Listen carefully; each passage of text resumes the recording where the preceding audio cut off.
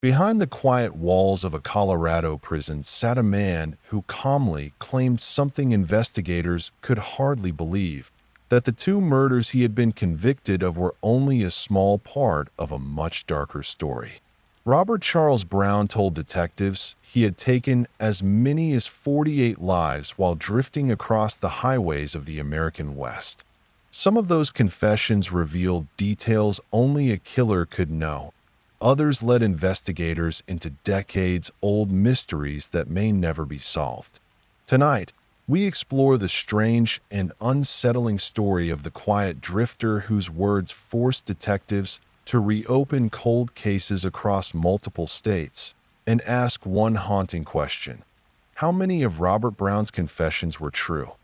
Chapter 1: The Quiet Beginning. A troubled childhood in Colorado. On the quiet plains of Colorado, long before his name would appear in police files and criminal investigations across the United States, Robert Charles Browne lived a life that appeared almost invisible to the world around him.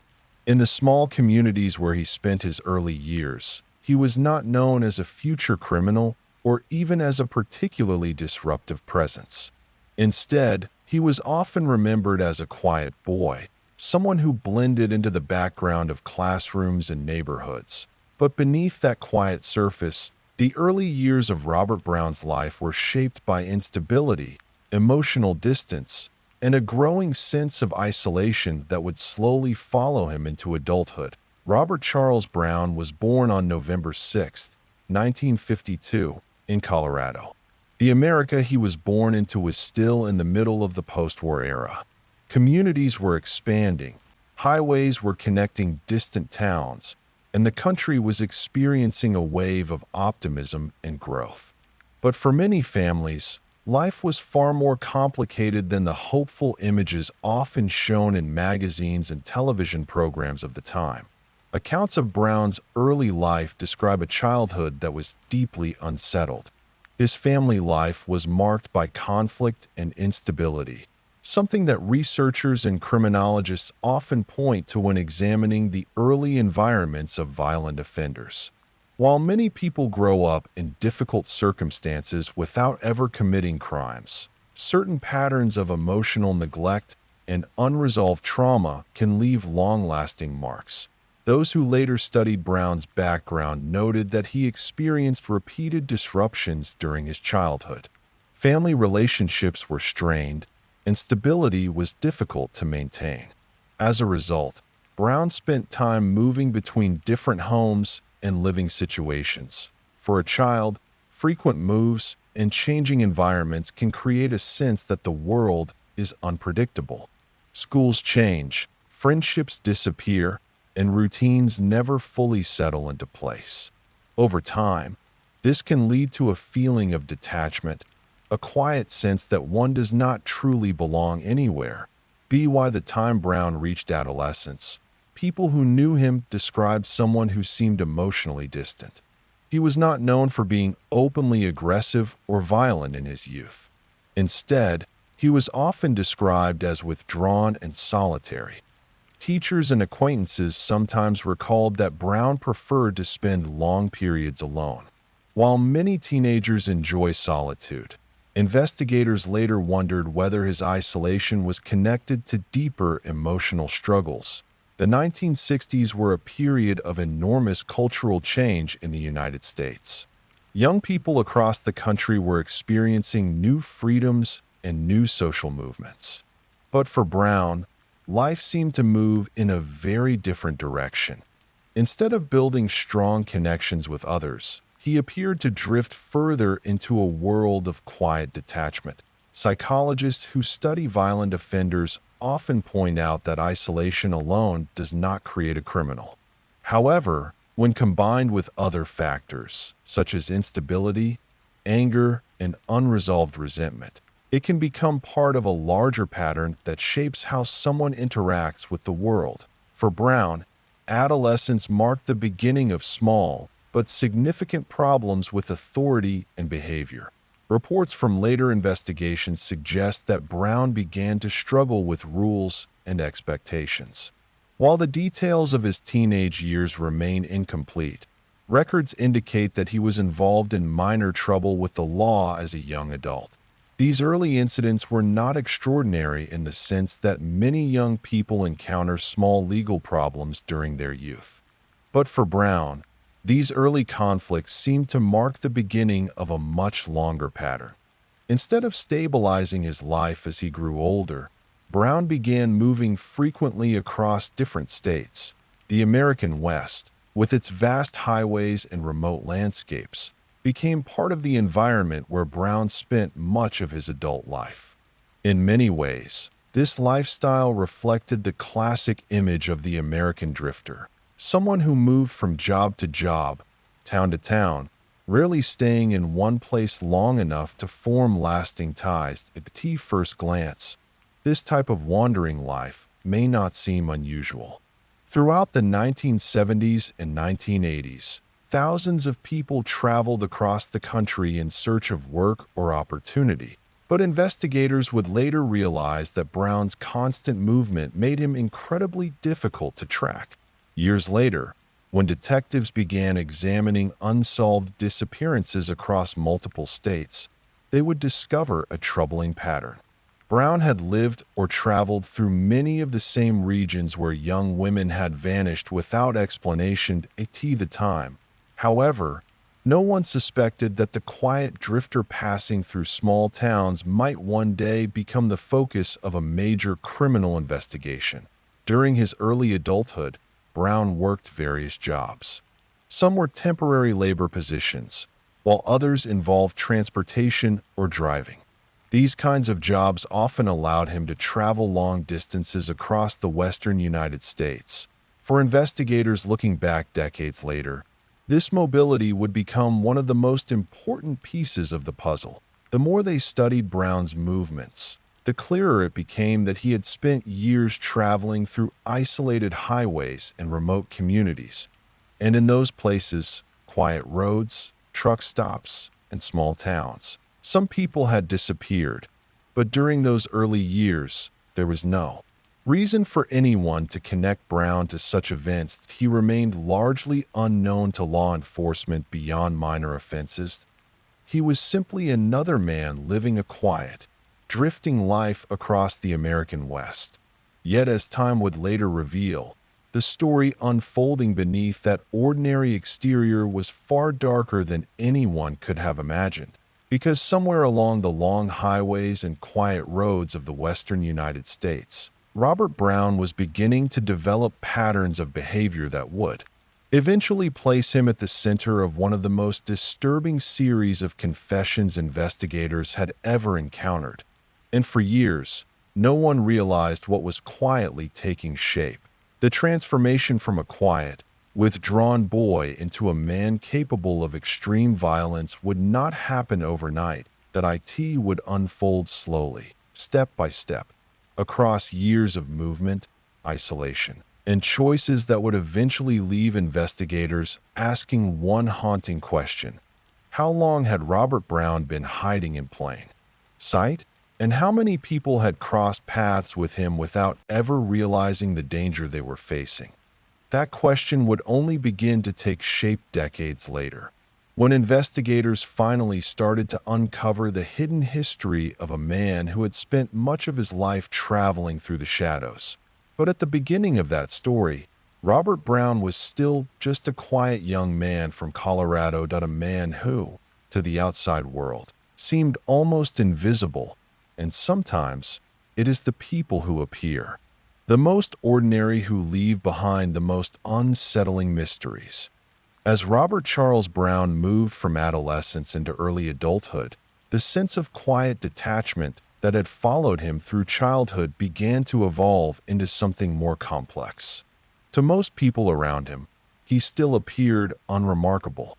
He was not someone who attracted attention in a crowded room, and he rarely displayed the kind of behavior that would immediately alarm those who met him.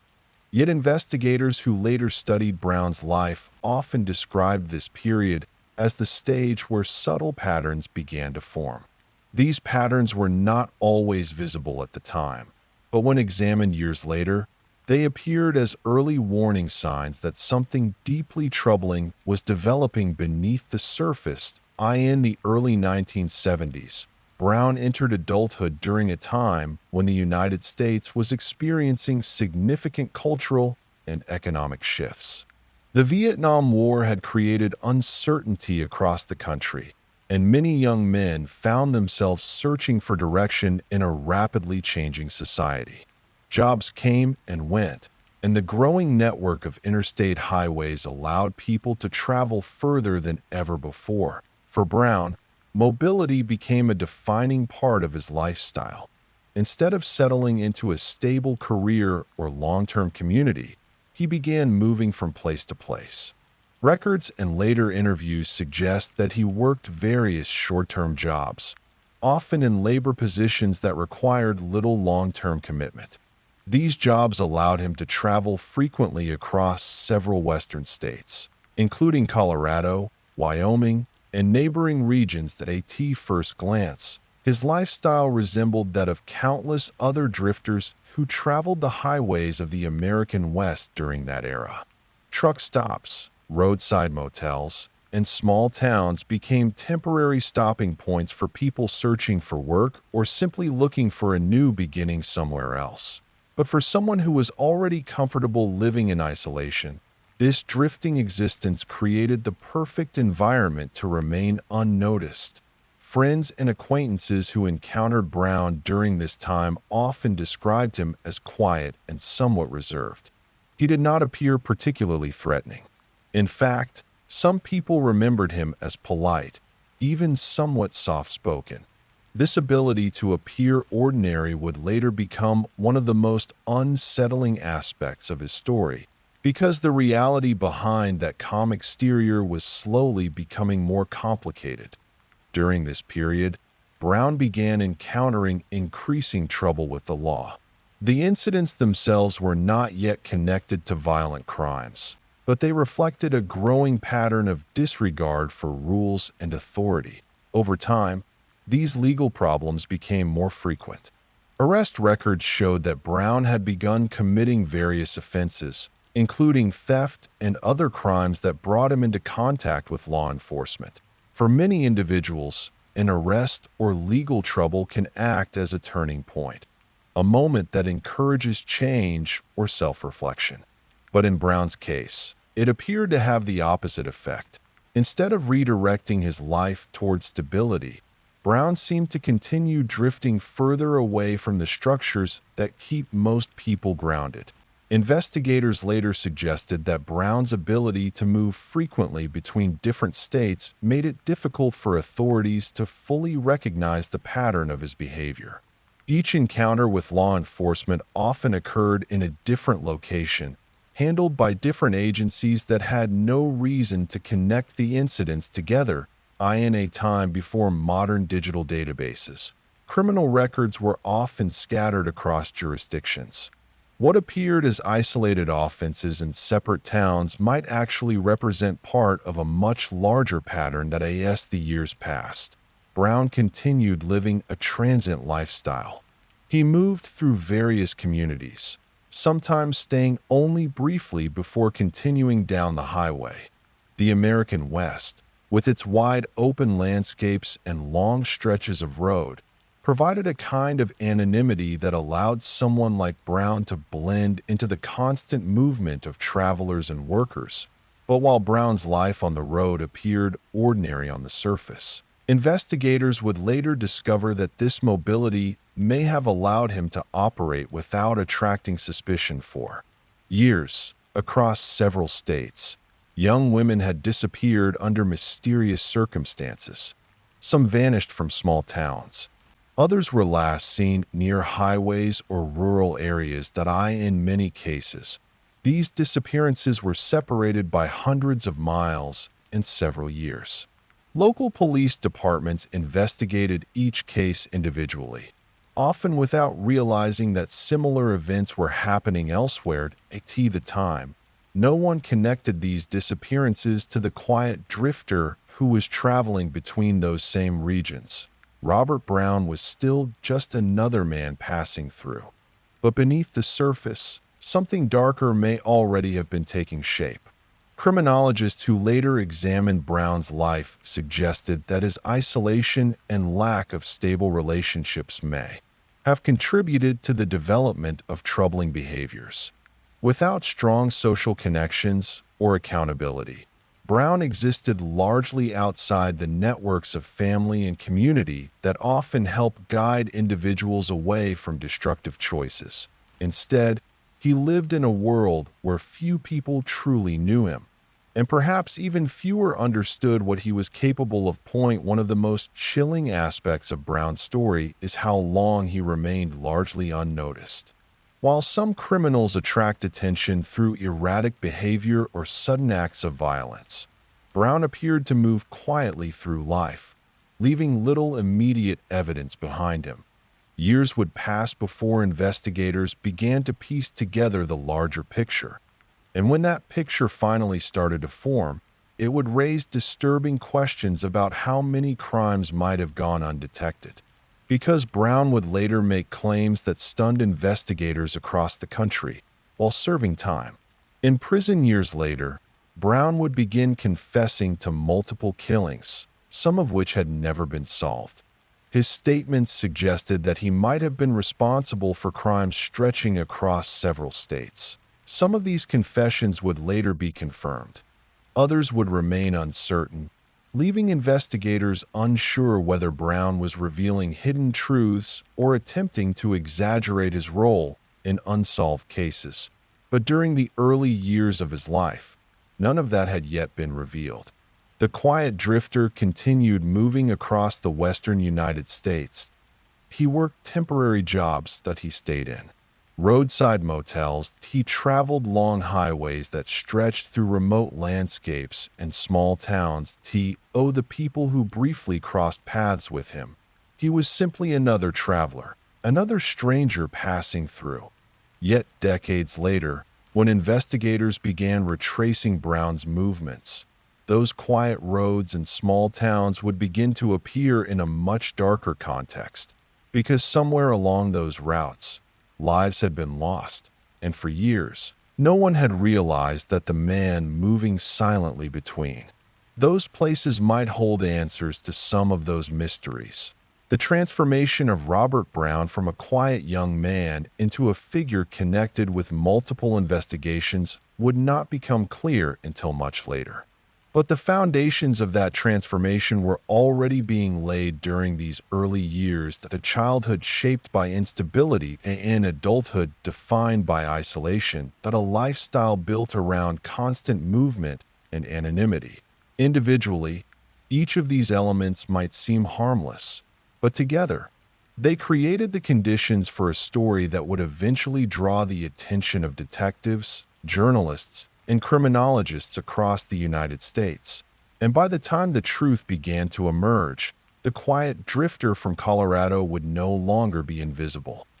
Chapter 2: A Drifter's Life, Crime, Isolation, and the Path Toward Darkness. By the mid-1970s, Robert Charles Browne had fully embraced the drifting lifestyle that had slowly begun during his early adulthood. The highways of the American West became the backdrop of his daily life, stretching endlessly across deserts, plains, and mountain valleys. Long-distance travel offered a kind of freedom that many people found appealing during that era. Truck stops buzzed with travelers from all walks of life, and roadside motels offered temporary shelter to those who rarely stayed in one place for long. For Browne, this world of constant movement became a place where he could exist almost entirely unnoticed. He had no strong ties to a particular town, no long-term employer who expected to see him every day, no close network of friends who might question his long absences or sudden departures. Instead, Browne lived within the quiet anonymity of the road, moving from one temporary job to another and disappearing as easily as he arrived. The outside world. He appeared to be just another transient worker navigating the economic uncertainties of the time. But beneath that ordinary appearance, Browne's life was slowly becoming more troubled during this period. His encounters with law enforcement began to increase. Records from various jurisdictions showed that Browne had become involved in a series of criminal incidents, including theft and other offenses that gradually built a growing criminal history. Each arrest added another entry into his record, but because these events occurred in different places, they rarely formed a clear pattern to the authorities dealing with them. In the 1970s and early 1980s, police departments across different states often worked with limited communication between jurisdictions. A person could be arrested in one town, released, and then move hundreds of miles away without local authorities ever knowing the full scope of their background. For someone living a transient lifestyle, this fragmented system provided a kind of unintended protection. Browne continued to move that he worked in jobs that allowed him to travel long distances. Sometimes he found work connected to trucking or transportation. At other times, he took short-term labor positions that required little more than physical effort and a willingness to relocate when the work ended. Every new town offered a temporary beginning, and every departure erased traces of the past. People who later described Browne during this time often mentioned that he had an unusual ability to blend into his surroundings. He was not the type of person who drew attention or created dramatic confrontations in public. Instead, he carried himself with a quiet calm that made him appear unremarkable. That ability to appear ordinary would later become one of the most disturbing aspects of his story, because while Browne moved through towns and highways without raising suspicion, investigators would later discover that a number of unexplained disappearances had occurred in areas where he had spent time at the time. However, these incidents seemed unrelated in small towns scattered across the American West. Missing persons cases were unfortunately not uncommon. Some people left home voluntarily, seeking new opportunities or escaping difficult circumstances. Others vanished while traveling, leaving behind little evidence to explain what had happened. Without clear connections between these cases, many of them remained unsolved for years. Meanwhile, Browne's personal life remained largely isolated. Unlike many people who eventually build families or long-term partnerships, Browne appeared to live mostly alone. He rarely formed lasting relationships, and there were few individuals who truly knew him on a deeper level. This isolation allowed him to maintain control over how others perceived him. To acquaintances, he could appear polite and reserved to employers. He was simply another worker passing through. To strangers on the road, he was just another traveler. But psychologists who later studied Browne's case noted that individuals who live highly isolated lives sometimes develop complex inner worlds that remain hidden from the people around them. Without meaningful relationships or social accountability, thoughts and behaviors can evolve without the balancing influence that comes from interaction with others. For Browne, years of isolation may have allowed darker impulses to grow unnoticed. While investigators would later examine his movements across multiple states, the true scope of Browne's activities during this period remained difficult to reconstruct. Records were incomplete, and many details of his life during the late 1970s remained uncertain. What was clear, however, was that Browne had begun developing a pattern of criminal behavior that would eventually lead him deeper into the justice system. By the late 1970s, Browne was arrested for a series of serious crimes that resulted in significant prison sentences.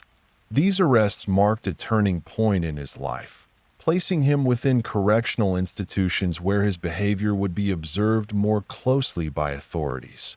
Yet even prison would not bring the story to an end. In fact, the years Browne spent behind bars would eventually become the setting where some of the most shocking revelations about his life began to emerge. But at the time of his early incarcerations, few people suspected that Browne might be connected to violent crimes beyond the offenses for which he had been convicted to prison officials and law enforcement officers. He was simply another inmate with a criminal past.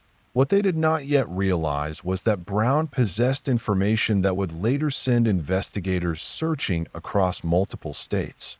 Because years later, while serving time in prison, Browne would begin making claims that stunned detectives. He would say that his crimes were far more extensive than anyone had realized. He would claim that he had taken multiple lives, and in some cases, he would provide details that investigators could not immediately explain at first. Many detectives were skeptical. Prisons sometimes contain individuals who exaggerate their pasts in order to gain attention or notoriety.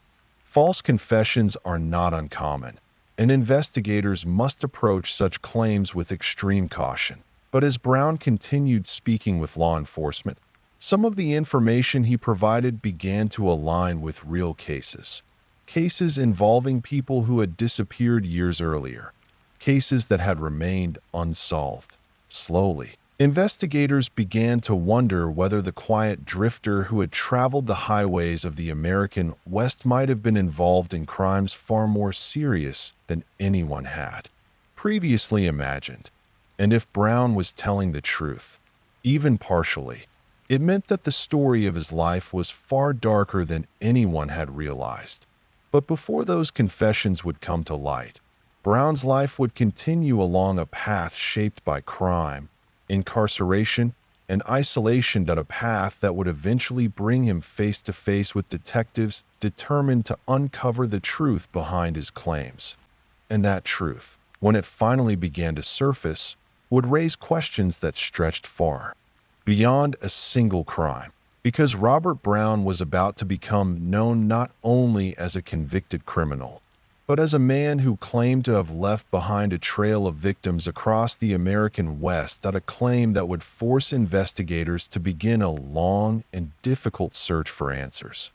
As the years passed, Robert Charles Browne's drifting lifestyle gradually collided with the limits of the law.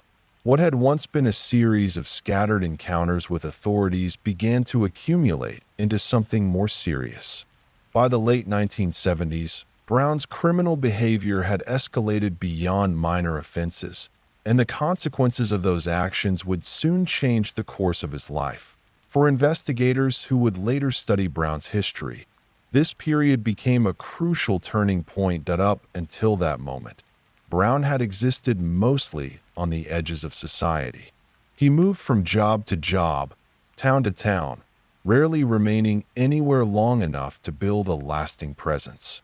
But the crimes that eventually led to his incarceration forced him into a far more controlled environment. The American prison system. In 1977, Browne was arrested and later convicted for the murder of a young woman named Linda Saunderson in Colorado. The case shocked investigators at the time because it revealed a level of violence that few people had previously associated with Browne. Saunderson had been a college student, and the crime quickly became a serious investigation for local authorities. When police began examining the details of the case, they discovered that Browne had abducted Saunderson and later taken her life. The crime resulted in Browne receiving a life sentence in prison. For many investigators, the case appeared to be tragically straightforward. A violent offender had been caught, prosecuted, and removed from society. But the story was far from over. Once Browne entered the prison system, his life took on a different rhythm. The constant movement that had defined his earlier years suddenly came to an end. Instead of highways and temporary jobs, his world became confined to prison walls, routines, and long periods of reflection. It was within this environment that Browne would begin revealing a far more disturbing narrative about his past. During the early years of his imprisonment, Browne initially remained relatively quiet about any other potential crimes. Prison staff and fellow inmates described him as calm and somewhat reserved.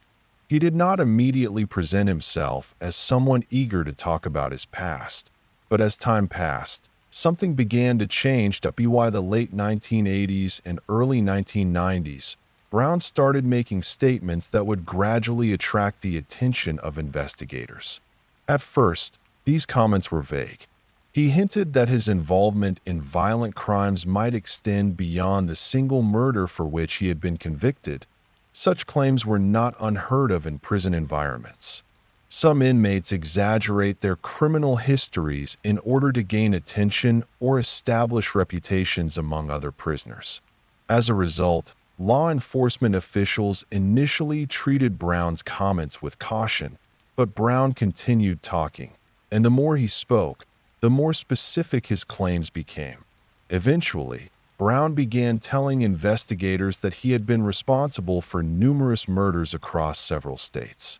His statements suggested that his crimes had taken place over many years, primarily during the time when he had been traveling across the American West. The number he eventually claimed would become one of the most shocking elements of the case. Browne told investigators that he had killed as many as 48 women.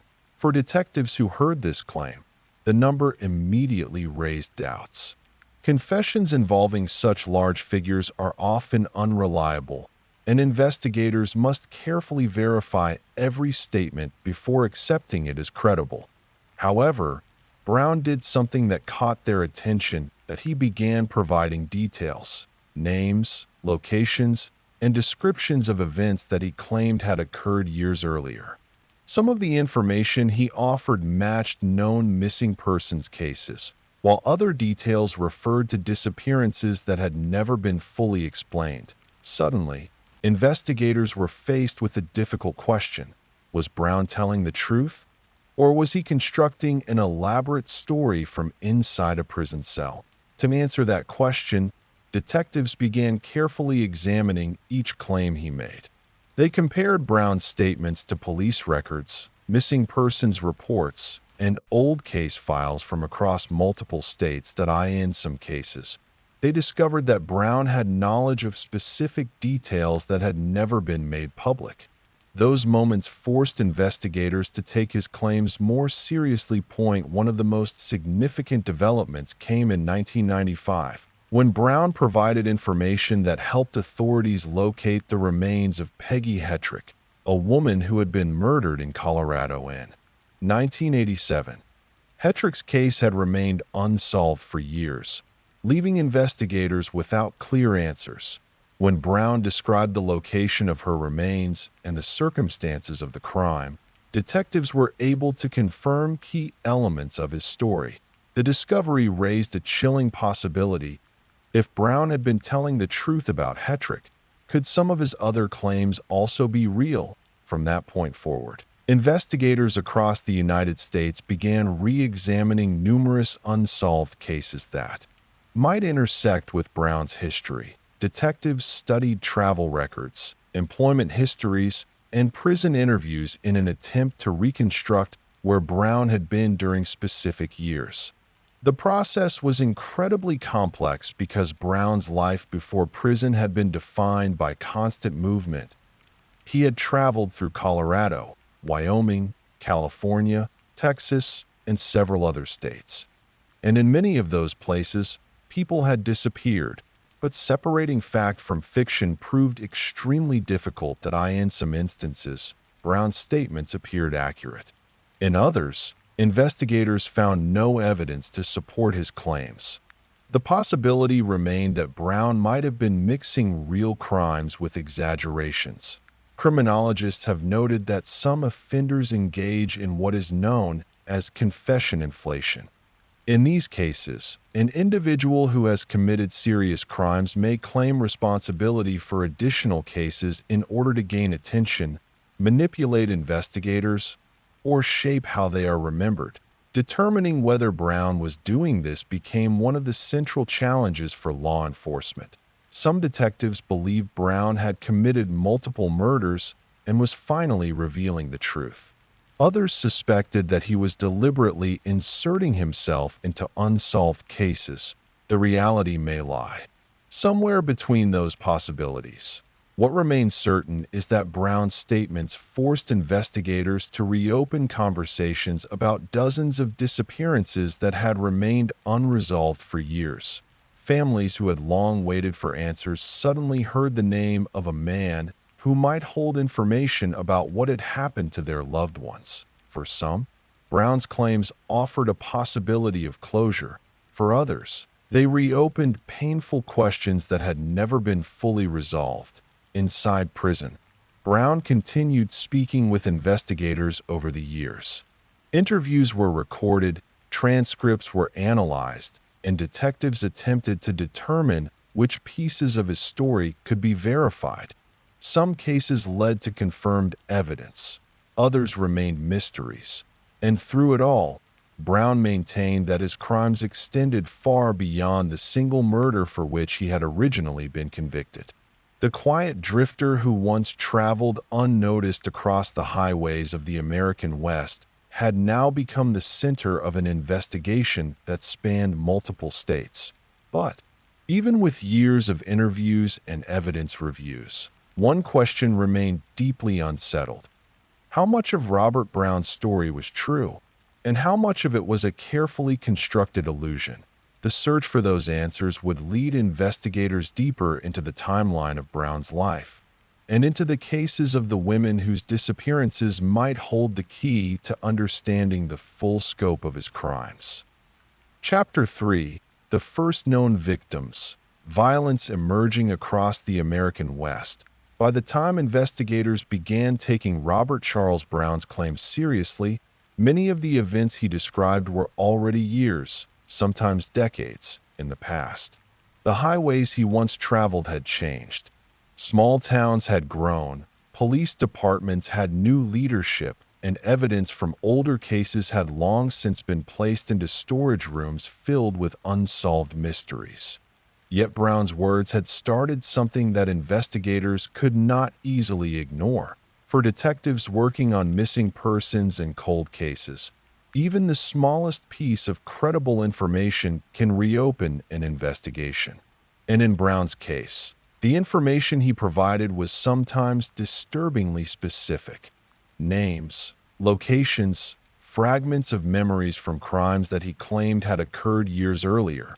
But before law enforcement could determine whether Browne's confessions were reliable, they first needed to focus on the crimes that could be confirmed. One of the most significant of these involved a young woman named Peggy Hetrick, whose death had puzzled investigators in Colorado for years. Hetrick had been a 37-year-old woman living in Fort Collins, Colorado. On the night of February 11th, 1987, she was last seen leaving a bar in the city. Friends recalled that she had planned to walk home, a distance that normally would have taken only a short time. But she never arrived. The following morning, her body was discovered in a field near a local school. The circumstances surrounding the crime immediately suggested that something violent had occurred, yet the investigation struggled to identify a clear suspect. Over time, the case became one of many unsolved murders that lingered in the background of law enforcement files. Years passed without resolution. Then, during interviews conducted with Robert Browne in prison, detectives heard something that caught their attention. Browne began describing a crime in Fort Collins that sounded strikingly similar to Hetrick's case. He spoke about encountering a woman walking alone late at night.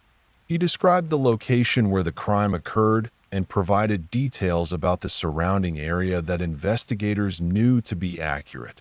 Perhaps most importantly, Browne gave information that had never been widely released to the public. For detectives reviewing the interview transcripts, the level of detail was difficult to ignore. In 1995, Browne eventually pleaded guilty to the murder of Peggy Hetrick. The admission confirmed that the quiet drifter who had once traveled across the western United States had indeed committed more than one violent crime. For the families of victims and the investigators who had spent years searching for answers, the confession was both a breakthrough and a deeply unsettling revelation. Because if Browne had taken the life of Hetrick in 1987, It meant that his violent behavior had continued long after the earlier murder that had originally sent him to prison. But the case of Peggy Hetrick was only one piece of a much larger puzzle. As detectives continued reviewing Brown's statements, they began to notice that many of his claims involved crimes that occurred during the 1970s and 1980s, the same years when he had been traveling extensively across several states. In many of those places, there were missing persons cases that had never been fully explained. Young women who had disappeared while hitchhiking, travelers who had vanished along remote highways, individuals last seen near truck stops or roadside motels. During the 1970s, hitchhiking was still relatively common in parts of the United States, particularly along long-distance routes used by travelers and workers. Many people relied on the kindness of strangers for transportation, unaware of the potential dangers that could exist along those quiet roads. For investigators looking back decades later, this environment created significant challenges. If someone disappeared while traveling through a remote area, there were often very few witnesses. Records of who had passed through those areas were limited, and the person responsible could easily continue traveling to another state. In the interviews conducted with Browne, detectives heard repeated references to encounters with women traveling alone. According to his statements, these encounters often began with ordinary conversations or offers of transportation. Browne described how easily someone could disappear without leaving immediate evidence behind, especially in isolated regions far from major cities. Listening to these descriptions was deeply unsettling for the investigators involved, because the patterns Browne described matched the circumstances of several unsolved cases. However, confirming his involvement proved extremely difficult. In some instances, Browne's statements were too vague to match with specific cases. In others, investigators found that the locations he mentioned did not align perfectly with known disappearances, but occasionally, there were moments when his words seemed to connect with real events. Those moments kept detectives searching. Over time, investigators from multiple states began communicating with one another, comparing case files and timelines to determine whether Browne might have been present in certain locations when specific crimes occurred. The process required patience. Each claim had to be examined carefully. Each piece of evidence had to be verified, and each potential connection had to be supported by facts rather than speculation. Meanwhile, Browne continued speaking with investigators from prison. Sometimes he offered new details, other times he repeated earlier claims. For detectives, the interviews often felt like navigating through a maze of truth and uncertainty. Some parts of Browne's story appeared genuine, other parts raised doubts. But what remained clear was that Browne had spent years traveling across regions where numerous disappearances had taken place.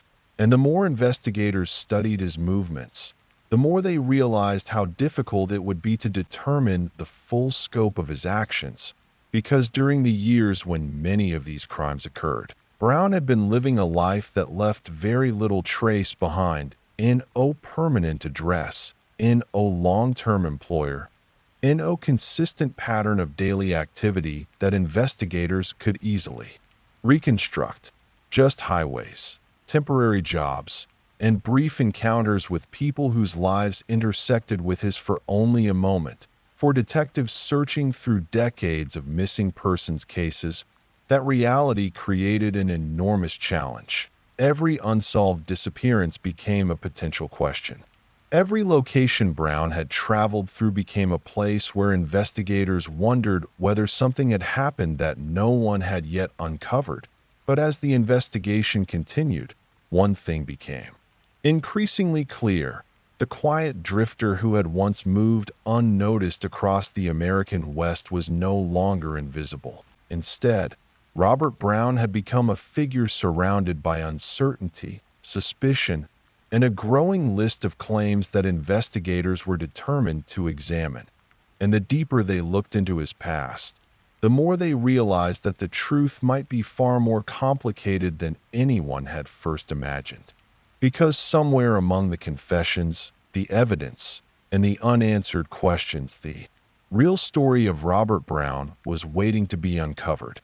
As investigators continued examining Robert Charles Browne's claims, they quickly realized that the case was unlike most criminal investigations they had encountered before.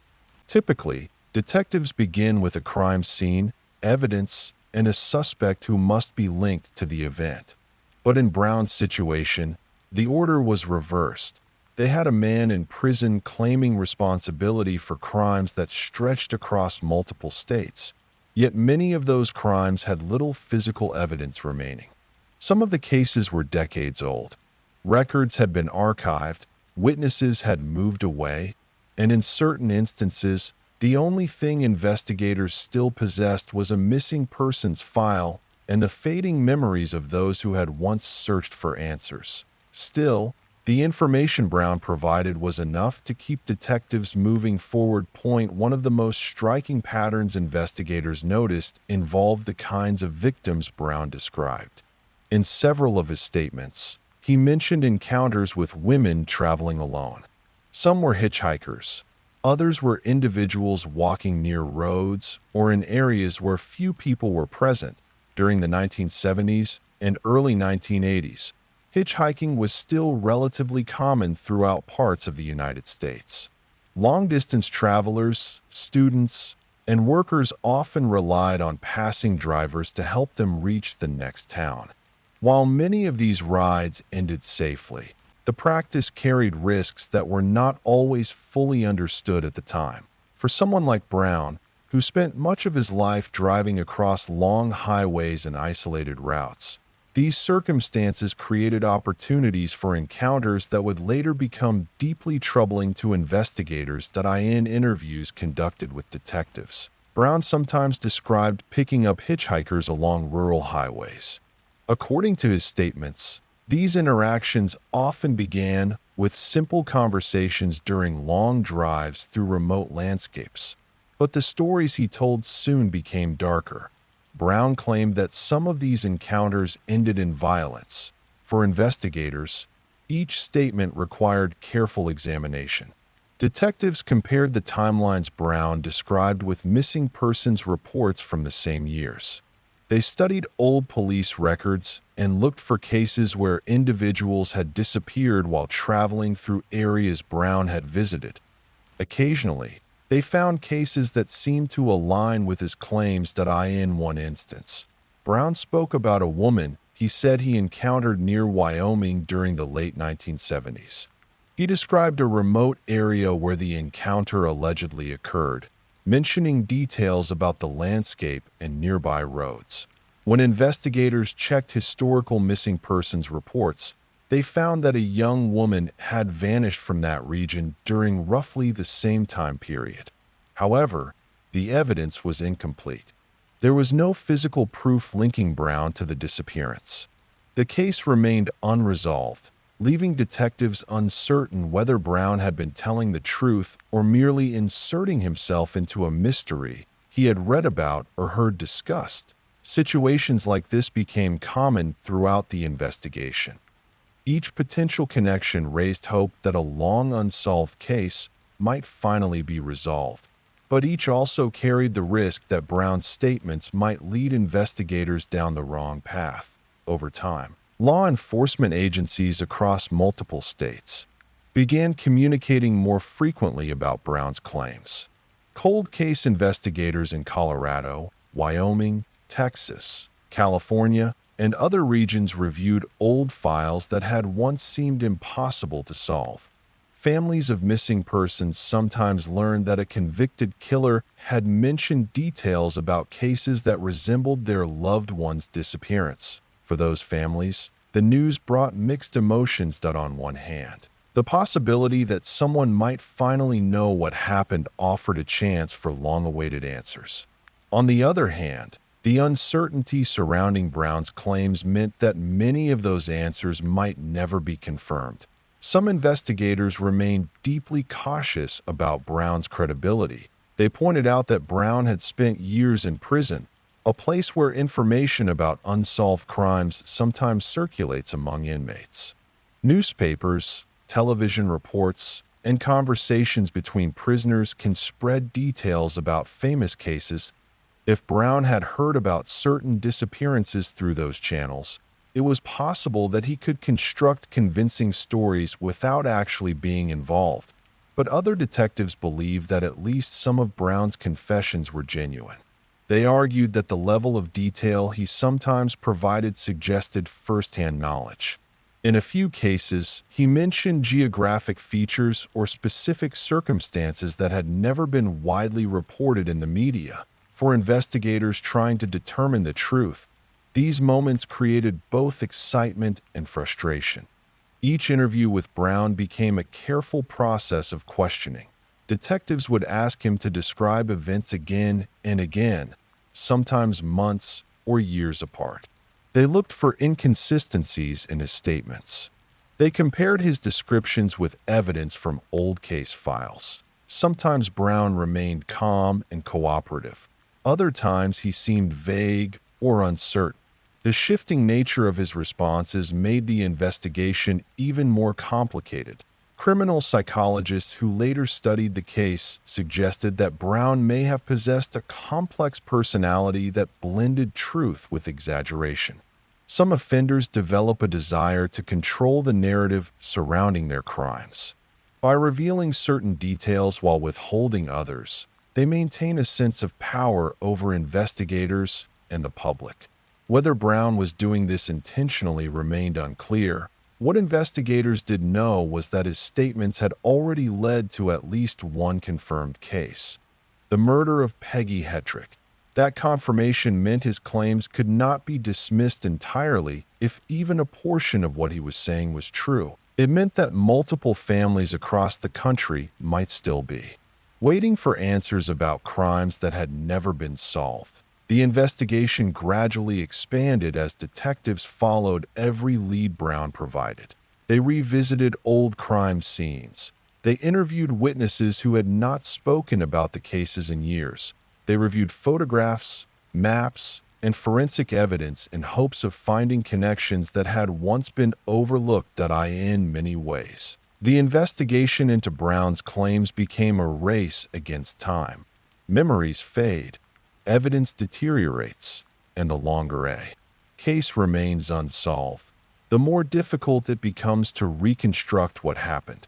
Yet despite these challenges, investigators remained determined to examine every possibility, because somewhere among the confessions, the unsolved cases, and the fragments of truth that Browne revealed, there might still be answers waiting to be discovered. Answers that could finally explain what had happened to people who had vanished along the highways of the American West, and answers that might reveal whether Robert Browne's story was one of the most extensive criminal cases ever uncovered, or a puzzle built partly from truth and partly from illusion. Chapter 4: A Hidden Trail. The mysterious disappearances investigators couldn't explain. By the mid-1990s, Robert Charles Browne had become an unusual figure within the world of criminal investigations. Unlike most offenders who tried to hide their crimes or deny responsibility, Browne appeared willing, sometimes even eager, to speak about violent acts he claimed to have committed years earlier. But what made his case particularly difficult for investigators was the uncertainty surrounding many of those claims. Some of Browne's confessions had led to real evidence. His admission to the murder of Peggy Hetrick had proven that at least part of his story was grounded in truth. Yet the number of additional crimes he claimed, dozens of victims across several states, raised serious doubts among law enforcement officials. Was Browne revealing a hidden history of violence that had gone unnoticed for decades? Or was he constructing a narrative that mixed truth with exaggeration? To answer that question, detectives began examining a disturbing possibility. If Brown had committed crimes while traveling through the western United States during the 1970s and 1980s, then many of those crimes might have taken place in areas where evidence was scarce and witnesses were few. The geography of the American West presented unique challenges for investigators. Vast stretches of highway cut through isolated landscapes where towns were separated by hundreds of miles. Travelers frequently moved between states, leaving little trace behind them. For someone living a transient life, this environment offered anonymity, and anonymity could allow a person to disappear just as easily as they arrived. A.S. Browne continued speaking with investigators from inside prison. Detectives began mapping the places he had lived, worked, or traveled. They collected records from past employers, transportation companies, and correctional institutions. Slowly, a rough timeline of his movements began to take shape. What they discovered was unsettling. During the years before his imprisonment, Browne had traveled through numerous regions where people had gone missing under unexplained circumstances. Many of those cases shared similarities: young women disappearing while traveling alone, hitchhikers last seen along remote highways, individuals vanishing near truck stops or rural communities where witnesses were scarce. For detectives reviewing decades old case files, Browne's travel patterns created a troubling overlap with some of those disappearances. However, overlapping timelines were not enough to prove involvement in a crime. Investigators needed evidence, and evidence was often difficult to find when dealing with cases that had occurred many years earlier. Still, Browne continued providing statements that kept detectives searching. In some interviews, he described encounters with women who had been traveling through remote regions. According to his claims, these meetings often occurred late at night, when roads were quiet and few people were nearby. But he spoke about driving long distances across highways that cut through deserts and mountains, about stopping in small towns where travelers often pass through without leaving records of their presence, about the ease with which someone could vanish in a place where there were no cameras, no electronic tracking, and very little immediate police presence. For investigators listening to these accounts, the descriptions felt disturbingly plausible. The era Browne described, primarily the 1970s, was a time when modern surveillance technology did not exist. There were no mobile phones recording movements, no GPS data documenting travel routes, and no nationwide digital systems linking police departments together. If someone disappeared in a remote location, it could take days before anyone even realized they were missing, and by then, the person responsible could already be hundreds of miles away. AS detectives reviewed missing persons reports from that time period. They found numerous cases that had never been solved. Some involved travelers who had been hitchhiking across the country. Others were individuals who had simply vanished after leaving home or work. Each case represented a life that had suddenly and mysteriously disappeared. And for families who had waited years for answers, the possibility that someone might finally know the truth was both hopeful and terrifying. Investigators faced a delicate responsibility. They could not publicly connect Browne to cases without credible evidence. At the same time, they needed to examine every claim carefully in case it led to information that could finally resolve a long unsolved disappearance. In some situations, Browne's statements were too vague to investigate. He might describe a general location without remembering a specific town, or he might mention a time period that spanned several years, making it difficult to match his account with a particular missing persons case. But occasionally, Browne provided details that gave detectives something concrete to examine. He might mention a specific highway, a nearby river, a small community along a rural route. These fragments of information allowed investigators to begin searching through records for cases that matched the descriptions. Sometimes they found possibilities, sometimes they found nothing. Yet, even when Browne's statements could not be confirmed, they continued to raise questions. Because his knowledge of certain geographic areas appeared surprisingly detailed, that in several interviews, he described roads and landmarks that he had traveled decades earlier. These descriptions reinforced what investigators had already suspected. During the years before his arrest, Browne had spent extensive time driving across large portions of the western United States and along those same routes. A number of unsolved disappearances had occurred. One of the challenges detectives faced was determining how Browne obtained the information he shared. Some of the cases he mentioned had received media attention, which meant details might have been available through newspapers or television reports. But other cases were far less well known. Those were the moments when investigators paused and reconsidered the possibility that Browne's claims might contain more truth than they initially believed. As the investigation expanded, law enforcement agencies across multiple states began exchanging information about Browne's past. Cold case units revisited files that had been closed for years. Detectives compared notes about disappearances that had once seemed unrelated. And gradually, a hidden trail of unanswered questions began to emerge, a trail that stretched across highways, deserts, and small towns scattered throughout the American West. But despite months of interviews and years of investigative work, one reality remained unavoidable.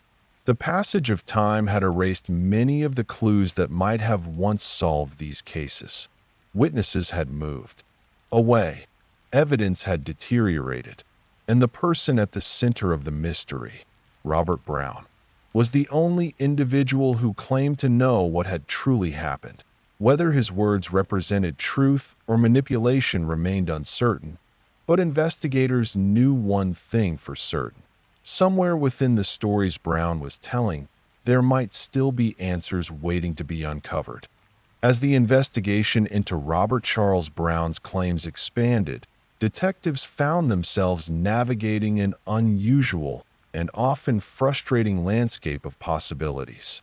Browne remained in prison, serving his life sentence, yet his statements were sending investigators across thousands of miles, revisiting cold cases that had long been considered unsolvable. For many detectives, the process felt like assembling a puzzle in which many of the pieces had been lost to time.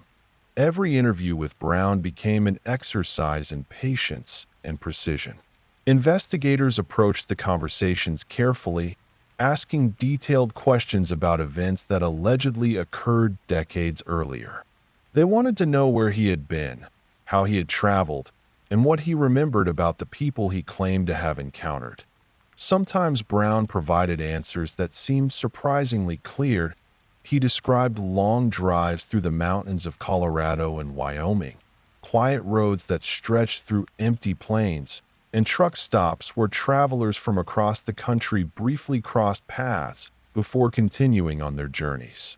His recollections often included vivid descriptions of landscapes, highways, and small towns. For detectives listening to these accounts, the details made the stories feel real, but remembering a place did not prove that a crime had occurred there. Investigators needed something more concrete. They needed evidence that could connect Browne to specific cases. During the years when Browne had been traveling across the American West, dozens of individuals had disappeared under mysterious circumstances. Some were hitchhikers attempting to reach distant destinations. Others were residents of small towns who had vanished during ordinary routines. Without modern technology to track movements or record interactions, many of those cases had gone cold almost immediately after they began. Now, decades later, detectives were attempting to reconstruct those events with the help of a man whose credibility remained uncertain. Some investigators believed Browne possessed genuine knowledge of multiple crimes. They pointed to the confirmed murder of Peggy Hetrick as proof that at least part of his story was real. If Browne had remained capable of committing violent crimes even after earlier arrests, then it was possible that other victims existed who had never been identified. Other detectives were far more skeptical. They argued that Browne's statements contained inconsistencies that raised serious doubts about his reliability. In some interviews, he appeared unsure about dates or locations. In others, he described events in ways that did not match known facts about the cases he mentioned. This division among investigators created an ongoing debate within law enforcement circles. Was Browne confessing because he wanted to reveal the truth about his crimes? Or was he manipulating investigators by inserting himself into unsolved cases? Criminal psychologists who later studied Browne's behavior suggested that both possibilities could exist at the same time. Some offenders experience a desire to control how their story is remembered. By offering information slowly and selectively, they maintain influence over investigators, journalists, and the public. In Browne's case, that influence came from the uncertainty surrounding his claims. Each time he mentioned another possible victim, detectives were forced to investigate the lead. Even if the claim ultimately proved false, it still required time, resources, and careful examination. Yet despite the skepticism surrounding some of his statements, there were moments when Browne's words seemed to reveal knowledge that investigators could not easily dismiss. Occasionally, he described details about locations that matched real places where disappearances had occurred. He spoke about highways that connected remote towns, about small communities where travelers often passed unnoticed, about isolated areas where a person could disappear without attracting immediate attention. For detectives who had spent years studying unsolved cases, those descriptions felt disturbingly familiar. They knew how easily someone could vanish along the long stretches of highway that cut through the western United States. They also knew how difficult it was to solve crimes that occurred in those places. As the investigation progressed, law enforcement agencies began sharing information more closely than they had in previous decades. Advances in communication and record-keeping allowed detectives from different states to compare notes on cases that might once have remained isolated. Through this cooperation, investigators identified several disappearances that overlapped with Browne's timeline. But confirming his involvement remained extraordinarily difficult. Many of the cases lacked physical evidence that could be tested with modern forensic techniques. In some situations, even the exact locations where a person had last been seen were uncertain. Without bodies, witnesses, or forensic material, investigators were often left with only Browne's words, and words alone were not enough to close a case. Meanwhile, Browne himself appeared aware of the attention his claims had generated. During some interviews, he seemed cooperative, answering questions calmly and providing descriptions of past events.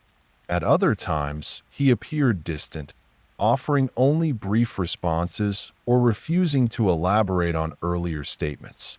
This unpredictable behavior made it difficult for detectives to determine how much of his story they could trust.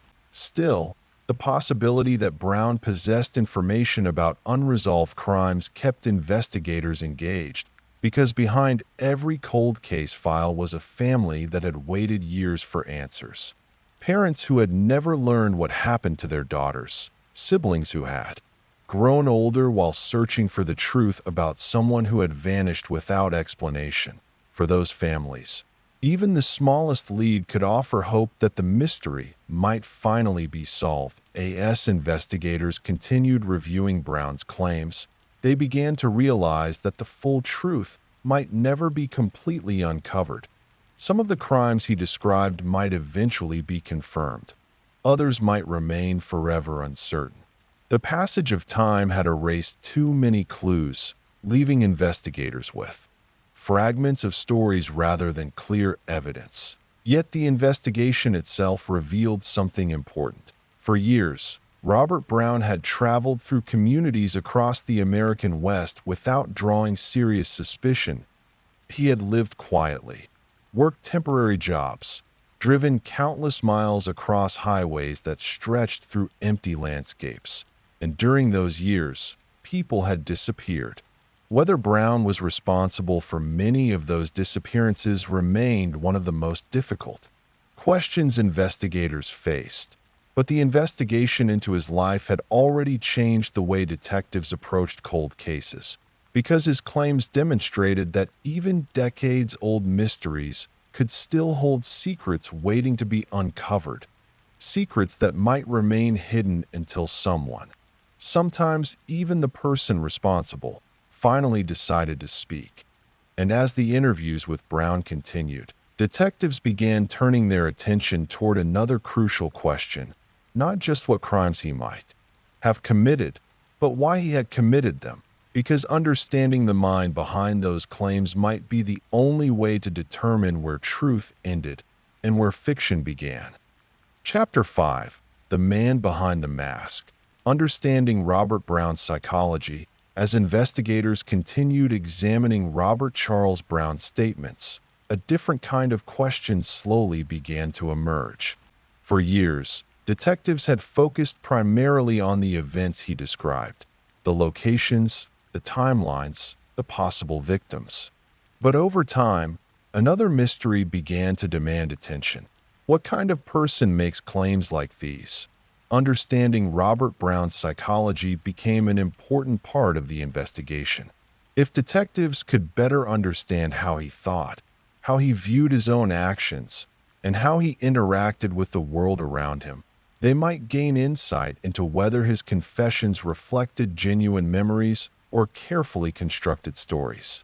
Criminal psychologists who reviewed Browne's interviews noticed several characteristics that stood out. One of the most striking was the contrast between his quiet demeanor and the severity of the crimes he admitted committing.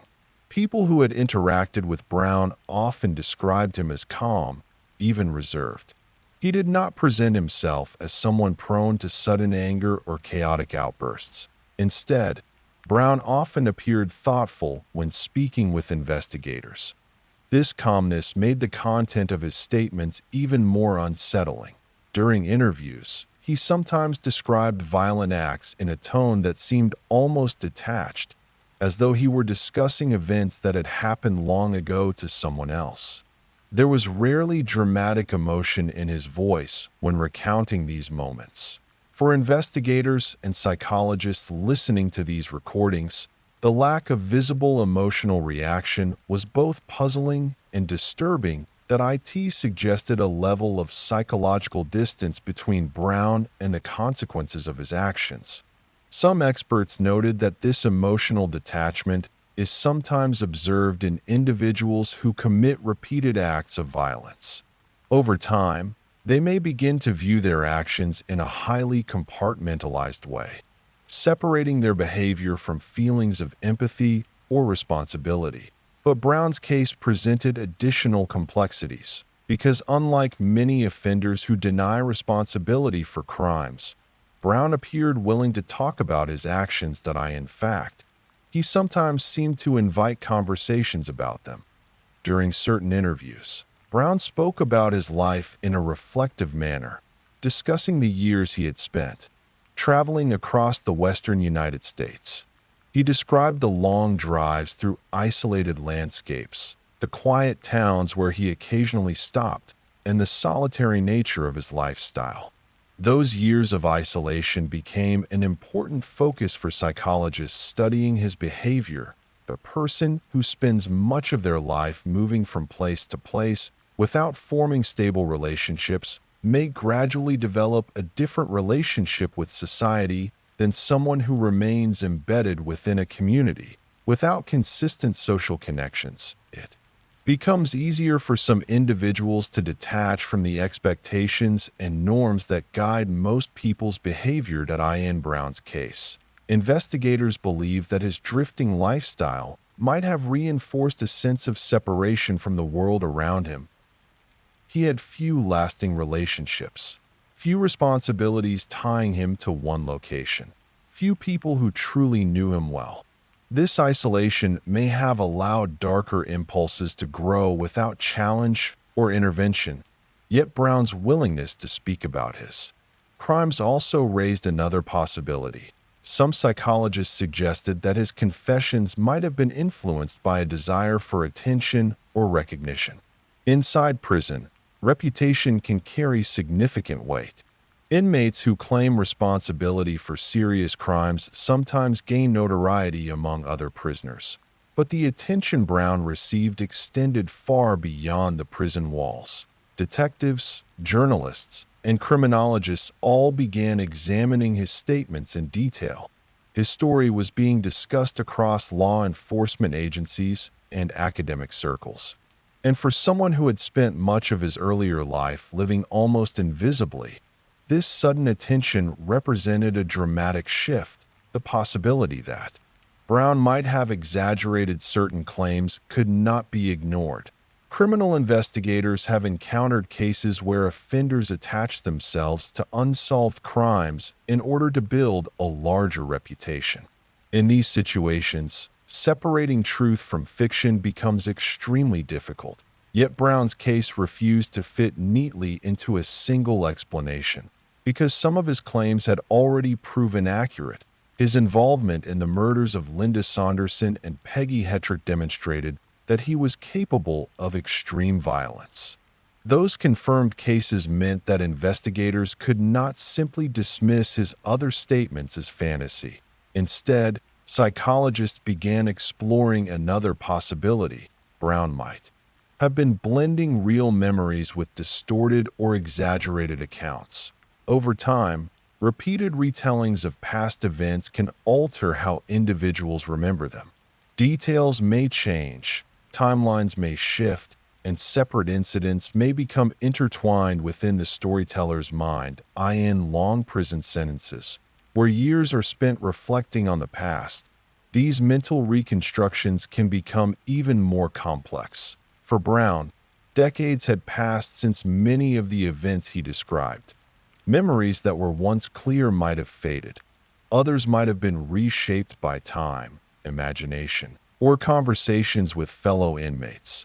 This created a situation where even Browne himself might not fully distinguish between what had truly happened and what he believed had happened. Investigators faced a difficult challenge. They needed to evaluate his statements not only as potential confessions, but also as psychological expressions shaped by years of reflection and storytelling. Each interview required careful interpretation. When Browne described a location, detectives asked themselves whether he was recalling a real event or simply remembering a place he had once visited. When he mentioned a victim, they examined whether a missing persons case existed that matched the description. Every detail mattered.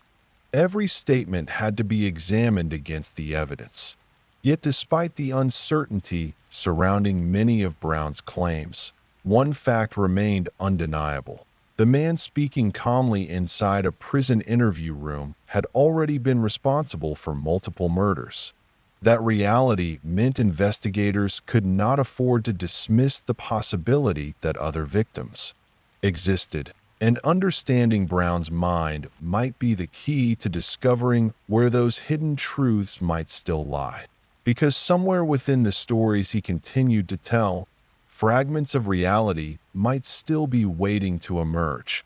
Fragments that could reveal the full scope of a life that had once moved quietly across the highways of the American West. As psychologists and investigators continued studying Robert Charles Browne, one realization slowly became unavoidable.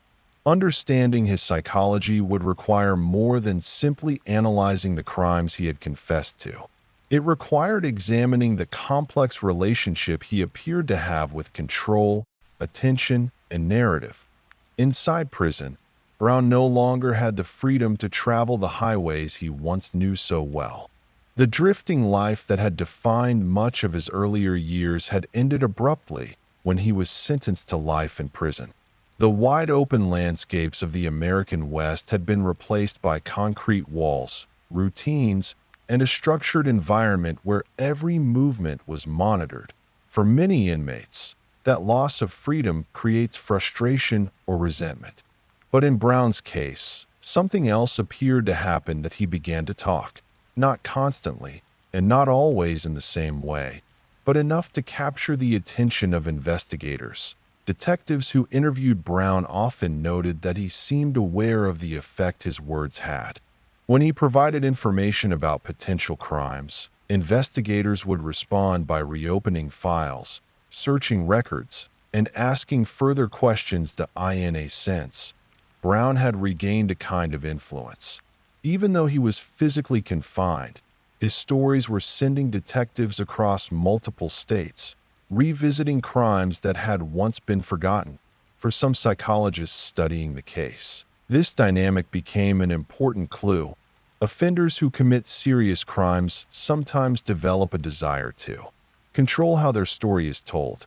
By revealing information slowly and selectively, they can shape the direction of investigations and maintain a sense of authority over events that in Browne's interviews. This pattern sometimes appeared. There were moments when he offered specific details about places or events, and other moments when he withheld information or responded vaguely. Investigators occasionally found themselves pressing him for clarification, trying to determine whether he was remembering a real event or simply describing a scenario he imagined. This imbalance created a subtle form of control. Browne held information that detectives wanted, and that gave him the ability to influence how conversations unfolded. Another aspect of Browne's behavior that intrigued psychologists was the calmness with which he discussed his past. In many recorded interviews, his tone remained steady and conversational, even when describing violent events. This emotional distance suggested a psychological trait that experts sometimes refer to as detachment. Detachment can allow individuals to speak about traumatic or violent experiences without displaying the emotional responses that most people would find natural. In some offenders, this detachment develops as a way of separating themselves from the moral weight of their actions, by viewing events almost as if they happened to someone else. The individual avoids confronting the emotional consequences. For Browne, this pattern appeared frequently during interviews. When asked about certain events, he sometimes spoke in a manner that sounded reflective rather than remorseful. He described places, circumstances, and interactions without always expressing the emotional reactions investigators might expect. This did not necessarily mean he felt nothing, but it did suggest that his relationship with those memories was unusual. Psychologists also explored another possibility, that Browne might have been shaping his confessions over time in response to how investigators reacted. Each time detectives confirmed part of his story, it reinforced the attention his statements received. That attention may have encouraged him to continue providing additional information, even if some of it was uncertain or exaggerated. In other words, Browne's confessions might have evolved as an ongoing narrative rather than a single complete revelation. Some parts of the narrative were clearly grounded in real events. The murders of Linda Saunderson and Peggy Hetrick had already been confirmed, but other parts remained far less certain. For investigators trying to determine the truth, the challenge was enormous. They had to treat each statement as a potential lead while also recognizing the possibility that some claims might not be accurate. The investigation required patience and restraint. Detectives could not allow themselves to become convinced too quickly by Browne's words. Instead, they needed evidence, physical proof, witnesses, or verifiable details that could support his claims that in some cases, such evidence existed that in others, it did not. And as the years passed, the uncertainty surrounding Browne's story remained one of the most frustrating aspects of the case. But there was another reason investigators continued listening to him. Sometimes, offenders who have committed serious crimes begin confessing later in life because their circumstances change. Years in prison can create a powerful sense of reflection. Individuals who once focused on hiding their actions may begin thinking about how they will be remembered. Some seek attention, while others seek a form of personal closure. That it is difficult to determine exactly which motivations were influencing Browne. What investigators did know was that his claims had already helped resolve at least one cold case. That meant his statements could not be ignored. Every interview had the potential to reveal information that might lead to answers for families who had spent decades searching for the truth. Yet, despite years of questioning, analysis, and investigation, Browne remained a deeply enigmatic figure to some investigators. He appeared to be a serial offender who had finally begun revealing the scope of his crimes to others. He was a manipulator who understood how to keep investigators engaged with stories that blended fact and imagination. Perhaps the truth lay somewhere between those two interpretations. Robert Browne had undeniably committed multiple murders, but whether he was responsible for dozens more remained one of the most difficult questions detectives faced. And until that question could be answered with certainty, the investigation into his life and his claims would continue to cast a long shadow across the unsolved cases of the American West, because somewhere among the stories he told, there might still be truths waiting to be uncovered. Chapter 6: The Confessions. When Browne claimed dozens of murders, by the time investigators had spent years speaking with Robert Charles Browne, one fact had become undeniable. The quiet inmate sitting across from them in interview rooms had already proven capable of extreme violence. His convictions for the murders of Linda Saunderson and Peggy Hetrick confirmed that the calm, soft-spoken man in prison had taken lives. Yet even those confirmed crimes did not prepare investigators for the claim Browne would eventually make. During one of the interviews conducted while he was serving his life sentence, Browne revealed a number that immediately captured the attention of detectives. He said he had killed as many as 48 women. For a moment, the room reportedly fell silent. Investigators had already been examining a handful of potential cases connected to Browne's past travels. But 48 victims represented something far larger, a scale that would place Browne among the most prolific offenders in modern American criminal history if it were true. Naturally, the claim was met with immediate skepticism. Detectives knew that prisons sometimes produce exaggerated confessions. Some inmates claim responsibility for unsolved crimes in order to gain notoriety or manipulate investigators. Others repeat rumors they have heard from fellow prisoners or media reports about famous cases. Because of this, law enforcement officials are trained to approach such statements with caution. But Browne did not simply offer a number. He began describing events. During interviews, he spoke about encounters that allegedly occurred across several states during the years when he had been traveling the highways of the western United States. He described meeting women who were traveling alone, some hitchhiking along rural roads, others walking through small towns late at night.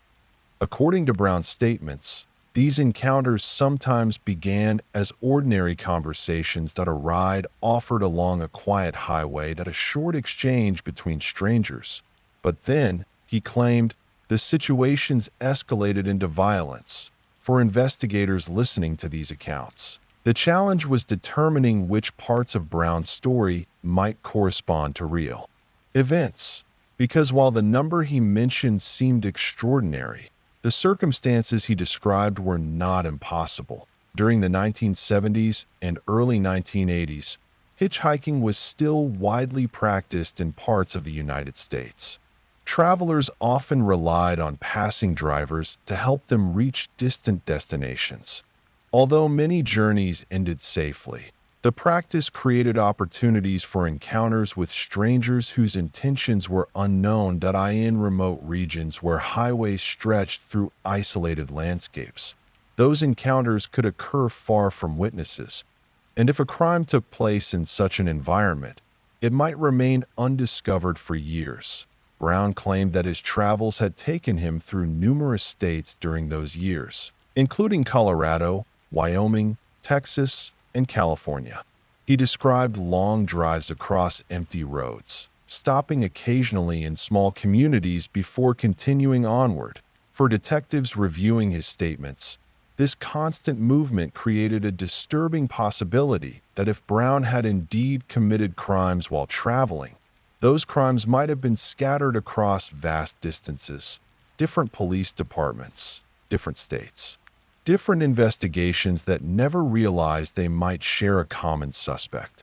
This was precisely the kind of situation that had historically allowed some offenders to evade detection for long periods of time. Yet even as Browne described these events, investigators remained cautious. They asked detailed questions about locations, dates, and circumstances. They compared his statements with missing persons reports from the same time periods. They examined whether Browne's travel patterns matched the places where disappearances had occurred. In some cases, his claims did not match the evidence. Dates were unclear. Locations were inconsistent. Certain details appeared to conflict with known facts about the cases he mentioned. These inconsistencies strengthened the doubts of detectives who believed Browne might be exaggerating. But then, occasionally, something unexpected would happen. Browne would provide a detail that investigators recognized at a location that matched a known disappearance, a description of an area that corresponded to an old case file. These moments were rare, but they were enough to prevent detectives from dismissing his claims entirely. Because if even a few of his statements were accurate, it meant that Browne might possess knowledge about crimes that had never been solved. Over time, investigators began carefully cataloging every claim Browne made. Each statement was recorded and compared against missing persons reports and unsolved homicide investigations from across the country. The process was painstaking. Some cases required detectives to dig through decades-old files stored in police archives. Others involved contacting law enforcement agencies in distant states to determine whether similar disappearances had occurred. The more Browne spoke, the larger the investigation became. But the investigation also raised an uncomfortable reality. Even if Browne had committed some of the crimes he described, the passage of time might make it impossible to prove. Evidence disappears. Witnesses forget. Physical traces vanish from the environment. And in many cases involving missing persons, the absence of a body makes it extraordinarily difficult to confirm what happened. For the families of those who had disappeared, this uncertainty was heartbreaking. Some families learned that investigators were examining Browne's claims in connection with cases involving their loved ones. The possibility that someone might finally know what had happened offered a fragile sense of hope. But that hope was tempered by doubt, because until investigators could confirm the truth behind Browne's statements, those claims remained only possibilities. Inside prison, Browne continued speaking with detectives over the years. Sometimes he repeated earlier stories. Sometimes he added new details. And sometimes he mentioned entirely new cases for investigators. Each interview felt like stepping deeper into a maze. Some paths led to confirmed evidence. Others led to dead ends. Yet the sheer scale of Browne's claims ensured that detectives could not simply walk away. Because if even a fraction of what he was saying was true, then Robert Browne's story might represent one of the most extensive hidden crime histories ever uncovered. And the only person who claimed to know the full truth was the man sitting quietly inside a prison cell, a man whose calm voice continued describing events that investigators were still struggling to understand. When Robert Charles Browne claimed responsibility for as many as 48 murders, investigators understood that the statement could not simply be accepted at face value. A confession of that magnitude demanded careful scrutiny. Detectives needed to determine whether Browne truly possessed knowledge of crimes that had remained unsolved for decades, or whether he had constructed a narrative that mixed truth with speculation. The only way to answer that question was through verification.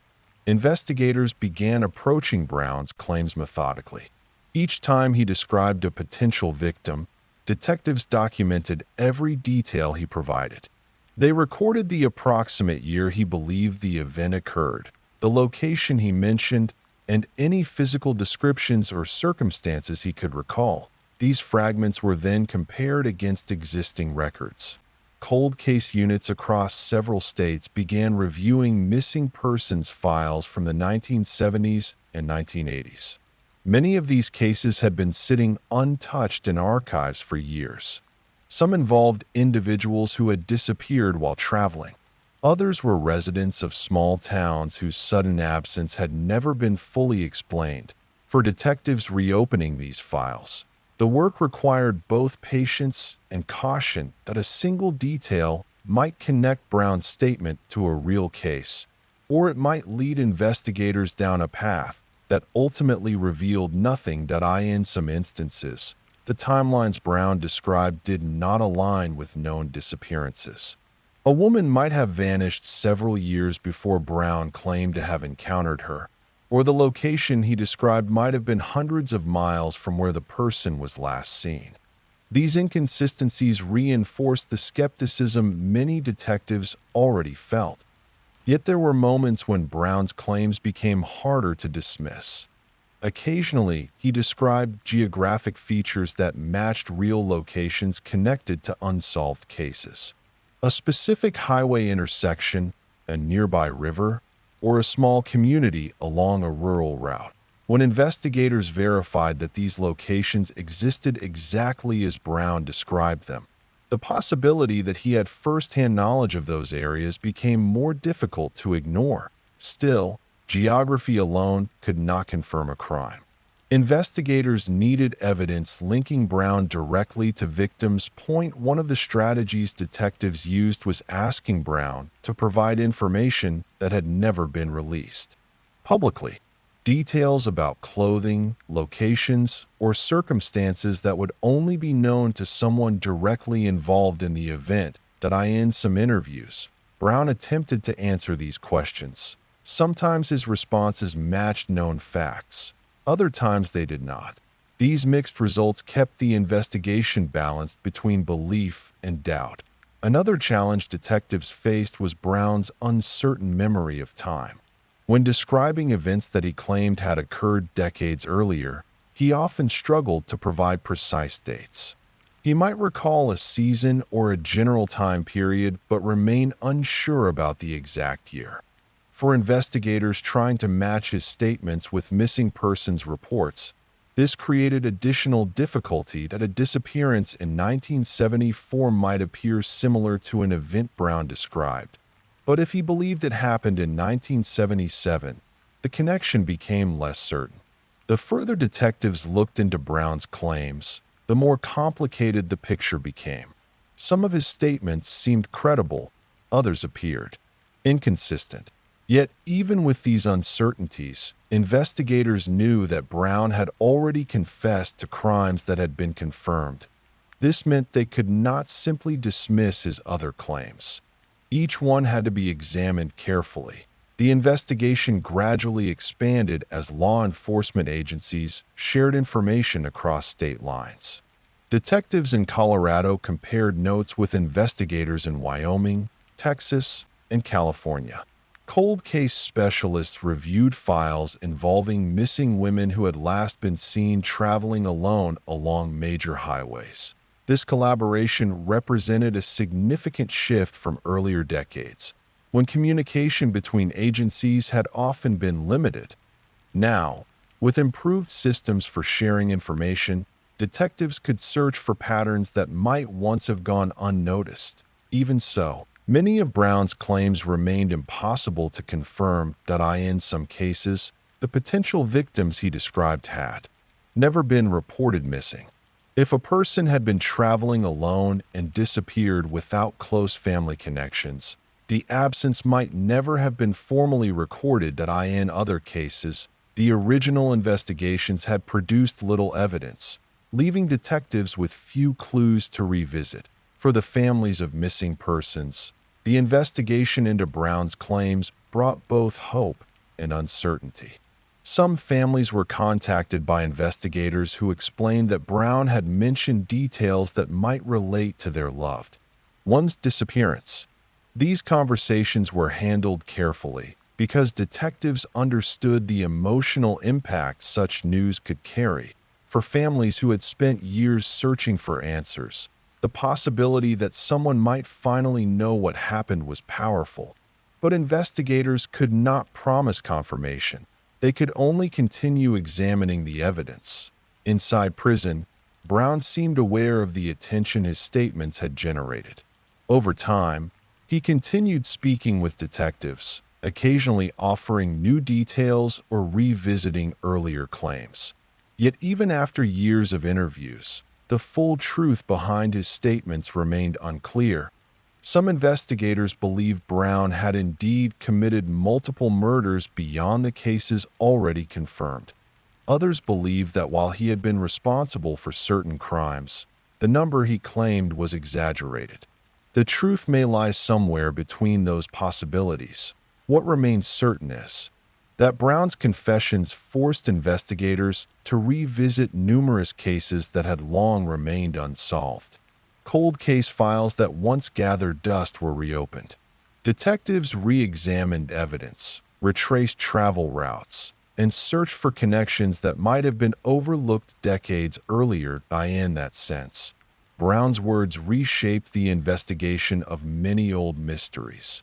Whether those mysteries will ever be fully solved remains uncertain, but the possibility that Browne held fragments of truth about some of them ensured that investigators would continue listening.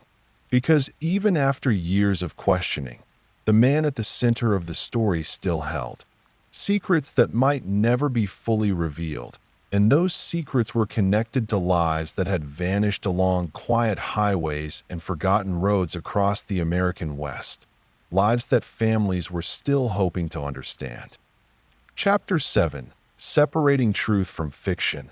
Investigators rebuild the timeline. As the years passed and Robert Charles Browne continued speaking with investigators, law enforcement agencies found themselves facing one of the most difficult challenges in criminal investigation: separating verified truth from uncertain confession. By the late 1990s and early 2000s, Browne had already admitted responsibility for multiple murders. Two of those cases had been confirmed through evidence and legal proceedings. But the far larger number he had claimed, dozens of victims scattered across the western United States, remained unproven. For detectives, the only way to evaluate those claims was to reconstruct Browne's life as accurately as possible. They needed to determine where he had been, when he had been there, and whether those movements overlapped with unsolved disappearances. This process became known informally among investigators as rebuilding the timeline. The IT was painstaking work, because Robert Browne's life before prison had left very little documentation behind. Unlike someone who maintains a stable career, permanent address, and consistent daily routine, Browne had spent years drifting across multiple states. He worked temporary jobs, often leaving one place as soon as another opportunity appeared elsewhere. This lifestyle meant that traditional records were limited. There were no long-term employment histories, no continuous housing records, no stable pattern of daily activity that investigators could easily trace. Instead, detectives had to rely on fragments of information, old arrest records, employment applications, statements from people who had encountered Browne briefly during his travels. Each fragment helped place him somewhere at a particular time. But even with these clues, reconstructing his movements across decades remained extremely difficult. Investigators began assembling maps that traced Browne's known locations throughout the 1970s and 1980s. These maps included places where he had worked, towns where he had been arrested for minor offenses, and areas he had mentioned during interviews. Once those locations were identified, detectives compared them with missing persons reports from the same regions. The goal was to determine whether Browne's presence overlapped with any unexplained disappearances. Sometimes the connections seemed possible that a missing person case might have occurred within 100 miles of a place Browne had lived. Other times the overlap appeared far less convincing that a disappearance might have occurred years before or after Browne had traveled through the area. Each potential connection required careful analysis. Investigators could not rely on assumptions. They needed evidence that Browne had been in a specific location at a specific time point. One of the most useful sources of information came from Browne's own prison interviews. Over the years, detectives had asked him to describe where he had lived and worked before his arrest. While his memory of exact dates was sometimes unclear, he often recalled general locations or types of jobs he had held. These statements provided clues that investigators could compare with official records. In some cases, the information aligned with documented events. In others, Browne's recollections proved less reliable. Yet, even incomplete memories could help narrow the timeline. For example, if Browne recalled working a particular job in Wyoming during the mid-1970s, detectives could focus their attention on missing persons cases from that region during the same period. Over time, this method allowed investigators to eliminate certain claims while giving closer attention to others. Some cases Browne had mentioned clearly did not match his known travel history. These were gradually set aside, but a smaller number of cases remained possible. Those cases became the focus of more detailed investigation. Detectives revisited crime scenes that had long been forgotten. They interviewed witnesses who had once provided statements decades earlier. In some situations, advances in forensic science allowed investigators to examine old evidence with new techniques. DNA testing, for example, had transformed criminal investigations since the time many of these cases originally occurred. Unfortunately, in many missing persons cases, there was little physical evidence available for testing. Without remains or preserved materials, forensic analysis was often impossible. This meant investigators had to rely heavily on historical reconstruction. Where had Browne been traveling during those years? Who had seen him? What vehicles had he used? What routes might he have taken between towns? These questions became the foundation of the investigation. As detectives continued examining Browne's life, a clearer picture of his movements began to emerge. He had indeed traveled extensively across parts of the American West. Colorado appeared frequently in his timeline, as did Wyoming and other neighboring states. His work had often involved driving or transportation, which allowed him to move between communities quickly. This pattern of constant movement reinforced what investigators already suspected.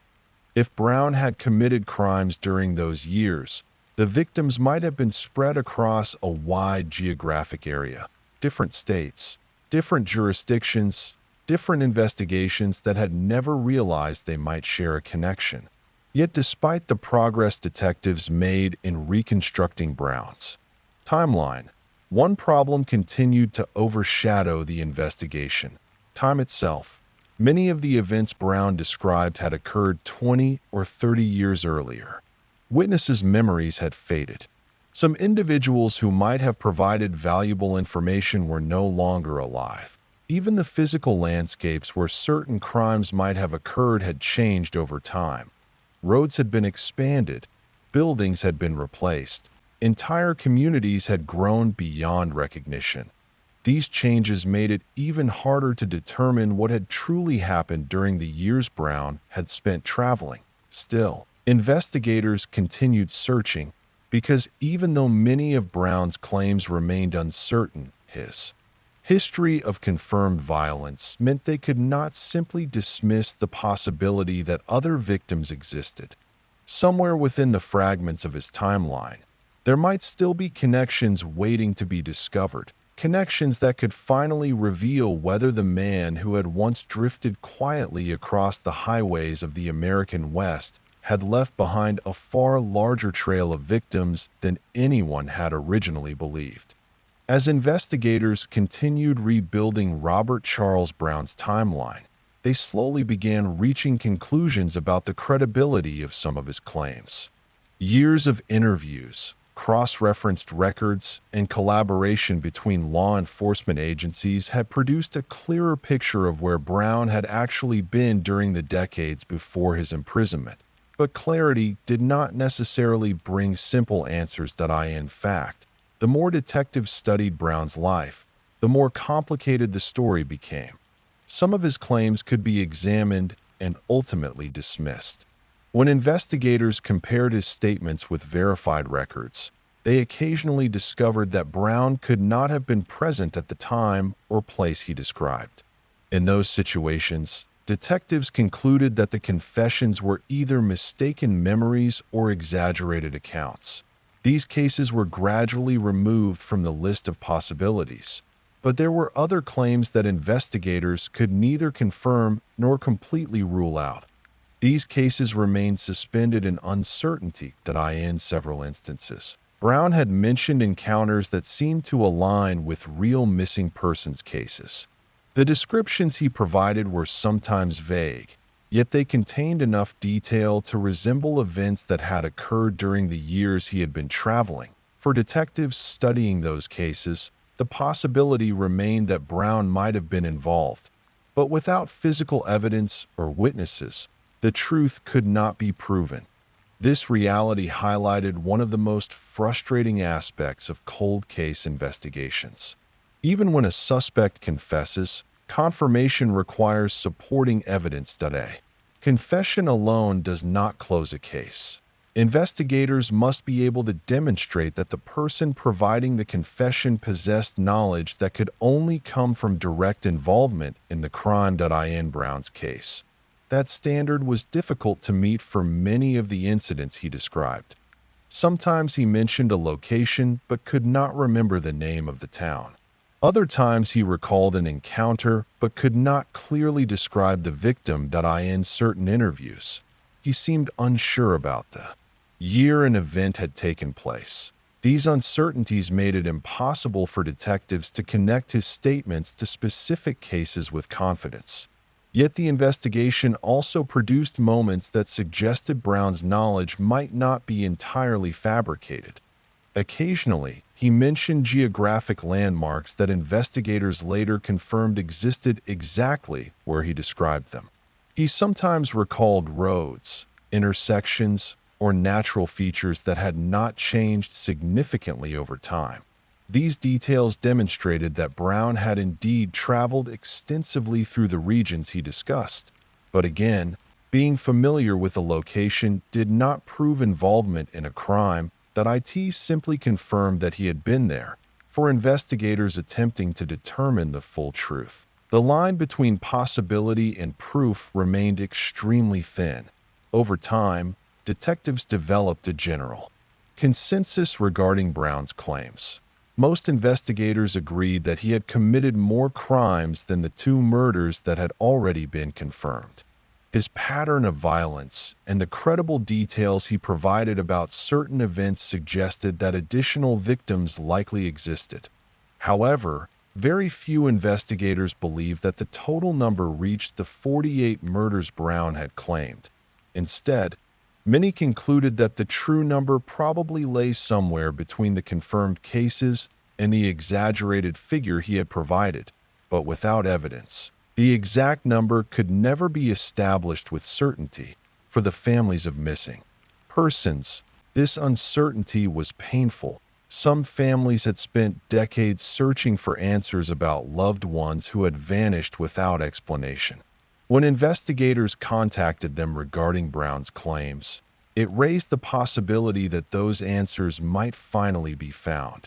Yet in many cases, the investigation could only offer possibilities rather than conclusions. For some families, That possibility was still meaningful to IT meant that investigators had not forgotten their case, that IT meant that someone was still searching for the truth. But it also meant living with the realization that the full story might never be uncovered. For detectives who had worked on the investigation for years, Brown remained an unusual and deeply puzzling figure on one hand. He had unquestionably committed brutal crimes on the other. The scale of violence he described seemed beyond what investigators could verify.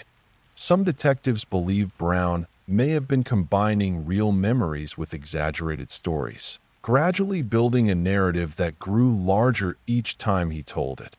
Others believe that Brown might have committed more crimes than anyone could ever prove.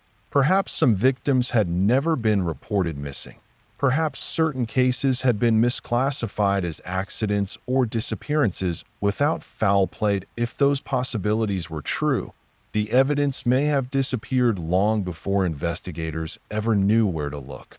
Ultimately, the investigation into Brown's claims revealed as much about the challenges of criminal investigation as it did about Brown himself. Cold cases often exist in a world of incomplete information. Time erodes. Evidence, memories fade, and the people who might have known the truth sometimes take that knowledge with them. In Brown's case, the only person who claimed to know the full extent of his actions remained the man sitting inside a prison cell. Whether he had told investigators the complete truth or only fragments of it may never be fully known, but one fact remains undeniable. Robert Charles Browne left behind a trail of violence that changed the lives of multiple families and communities, and even after decades of investigation, his story continues to exist somewhere between confirmed history and unresolved mystery. Chapter 8: Legacy of a Predator. The victims, the investigations, and the lessons left behind. By the time investigators had spent years examining the life and confessions of Robert Charles Browne, the case had evolved into something larger than a single criminal investigation. It had become a reflection of how violence, mobility, and time can combine to create mysteries that stretch across decades. At the center of that story were the victims. Two of them had been definitively identified through the legal process. Linda Saunderson, the young woman whose murder in 1977 first led to Brown's life sentence, and Peggy Hetrick, whose death in Fort Collins in 1987 was later confirmed after Browne revealed details investigators had struggled to uncover for years. Their lives were not defined by the crimes that ended them. They were individuals with families, ambitions, and futures that were abruptly taken away. Saunderson had been a college student whose disappearance shocked her community and led to an investigation that eventually exposed Brown's capacity for violence.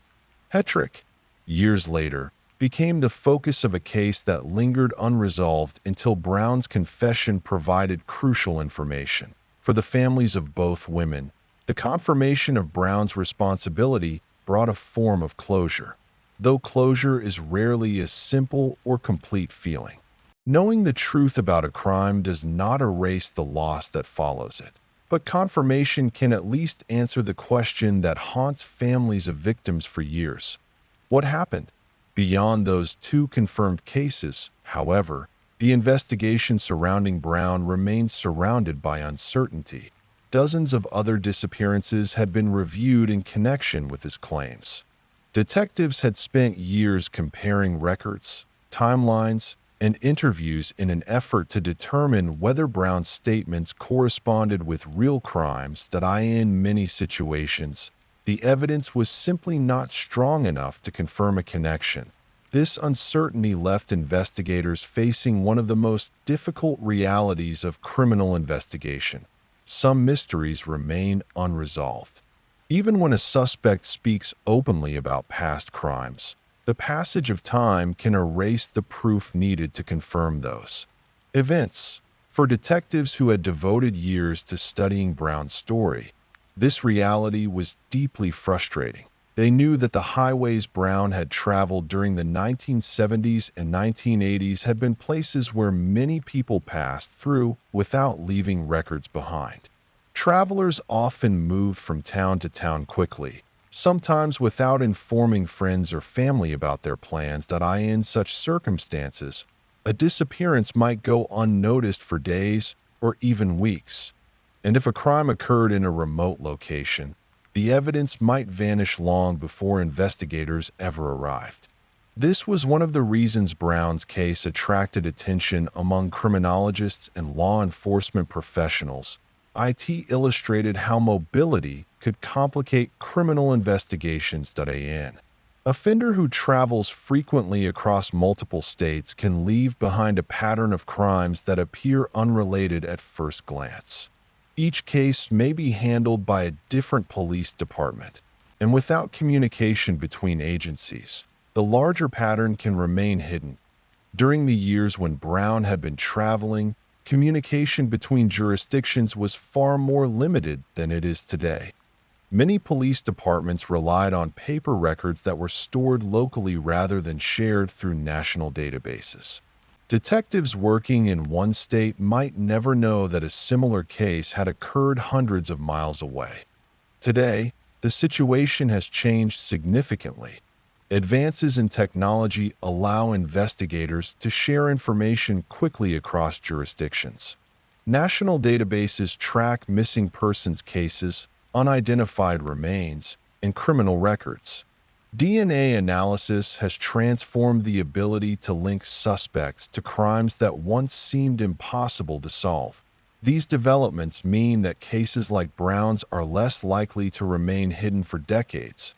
But the lessons from his story continue to influence how investigators approach cold cases. One of the most important lessons involves the value of persistence. Some of the information that eventually connected Browne to additional crimes emerged years after his initial conviction. Detectives who remained willing to revisit old cases were able to uncover details that had once seemed insignificant. Another lesson involves the importance of cooperation between law enforcement agencies.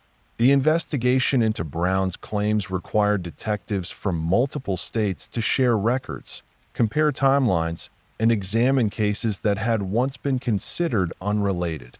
Without that cooperation, many of the potential connections might never have been discovered. Yet, even with modern investigative tools, Browne's story remains incomplete. The true number of victims he claimed may never be known. Some of the crimes he described may have occurred exactly as he said. Others may have been distorted by time, memory, or personal motivations that investigators could never fully understand. But regardless of how many of his claims were true, the impact of his actions was undeniable. The confirmed crimes alone left lasting scars on families and communities, and the uncertainty surrounding the rest of his story continues to raise questions that investigators may never fully answer. Robert Browne, once a quiet drifter moving through towns and highways without attracting attention, eventually became a figure whose life forced investigators to confront some of the most difficult questions in criminal justice. Questions about truth, questions about memory, and questions about how many stories of violence can remain hidden within the silence of unsolved cases.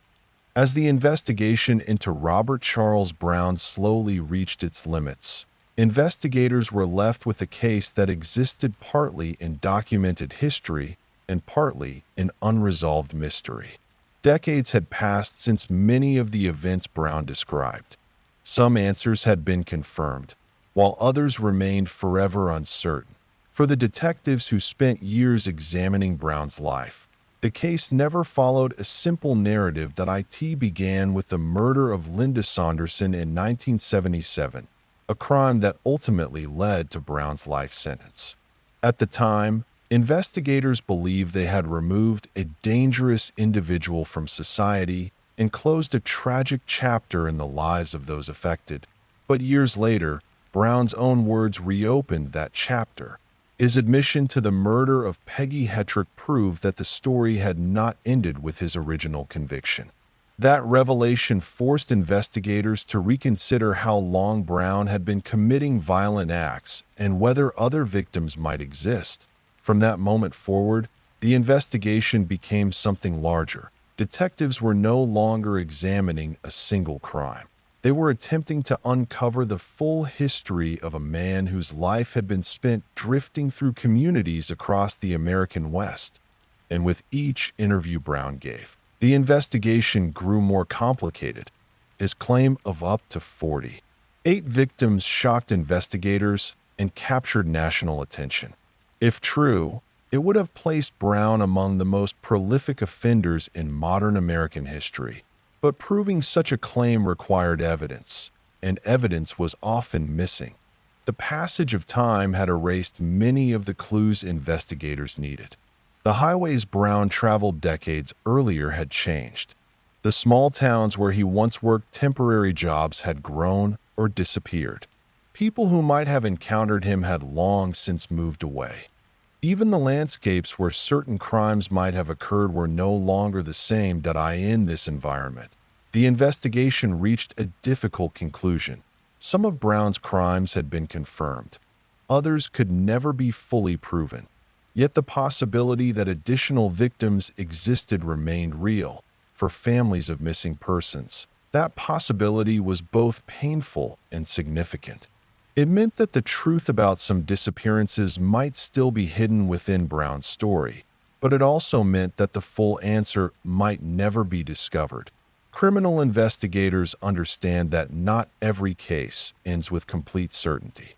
Some mysteries remain open because the evidence needed to solve them no longer exists. In Browne's case, the uncertainty surrounding his confessions became part of his legacy. Some detectives who studied his interviews believed he had indeed committed more crimes than those officially confirmed.